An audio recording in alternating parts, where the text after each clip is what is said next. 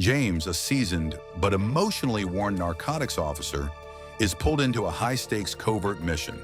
His task: infiltrate the inner circle of a suspected drug kingpin named Robert, a man who seems to control half the city's underground trade. But there's one problem. Robert doesn't officially exist. No ID, no fingerprints, no CCTV, no bank trails. Every police or federal record search turns up blank. All that exists are rumors, coded whispers and intercepted phone calls, and a trail of bodies in every city he's rumored to have passed through. James starts his surveillance with caution. He spends days tailing dead leads, observing obscure locations, and interviewing terrified informants.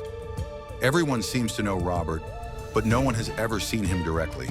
They speak about him like a myth, someone who always knows you're coming before you knock. James begins to suspect this isn't a normal cartel boss. Something deeper is happening. Then James stumbles upon Sadie, a barmaid in a grimy corner of the city who seems too informed for her job. She doesn't flinch when he brings up Robert's name. Instead, she warns him, cryptically, to look beyond the badge. He's puzzled but intrigued. Over the next few days, James builds trust with her. She gives him small clues, pieces of a puzzle that don't make sense. Locations Robert has allegedly visited, all coinciding with times major federal busts occurred, but with no arrests or news reports. Midway through the investigation, something bizarre happens. James receives a classified file anonymously dropped at his hotel door. Inside are heavily redacted documents pointing to a federal program.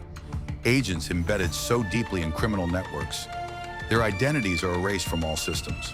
The codename Echo Protocol is barely visible through the black bars. Robert's photo is in there, but not as a criminal, as an operative. This twist shatters everything James thought he knew. Robert isn't just a ghost. He's a phantom created by the government. He's not dismantling drug networks by brute force. He's controlling them from within to prevent chaos, balancing power between warring syndicates, silently guiding intel to the highest bidders.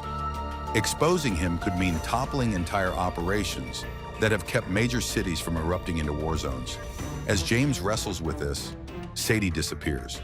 Frantic, James traces her last known location to a hidden safe house. Inside, he finds surveillance photos of himself. Turns out Sadie was never just a bystander.